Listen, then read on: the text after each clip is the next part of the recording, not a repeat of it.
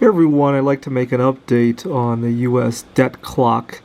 I just noticed one feature it has is that on some of the key statistic, like that median income, it shows what it is now compared to what it was in 2000.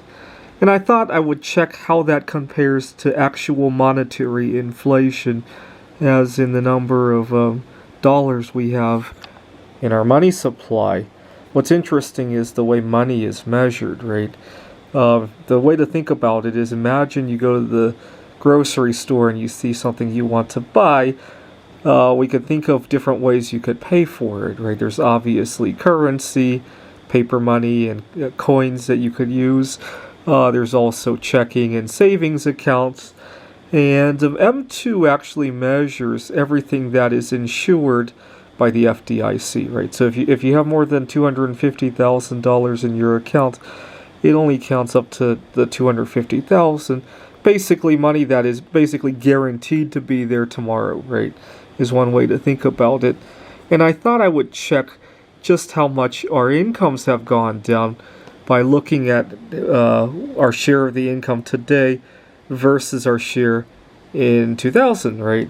So the way to do that is we take 34,290, which is what we're making today, and divide that by the currency supply of today, which is, I'll say 18.7 trillion. Let's divide that by 18.7. We're working in trillions now.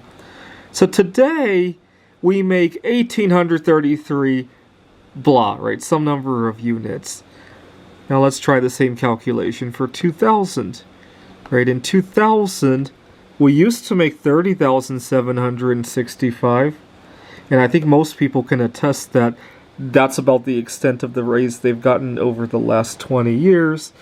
In 2000, the money supply was 4.8 trillion, and we divide that by 4.8. So what we used to make 6,400. Every 6,400 real units that we used to make, we only make 1,800 nowadays, right? And that's why we keep hearing about the boom of during the Obama and the first couple of years of Trump, and also during the middle of Bush, right? In between the two recessions of Bush, and yet we don't feel all that much better off, right? All of that boom has been powered by inflation, right? I can personally attest to that, actually. I'm an adjunct professor at a technical university, and last 2 summers ago, I had a month where I was in between semesters. I mean, I still had to research some of the course notes and all that, and prepare some of the notes, but I could do that remotely, right?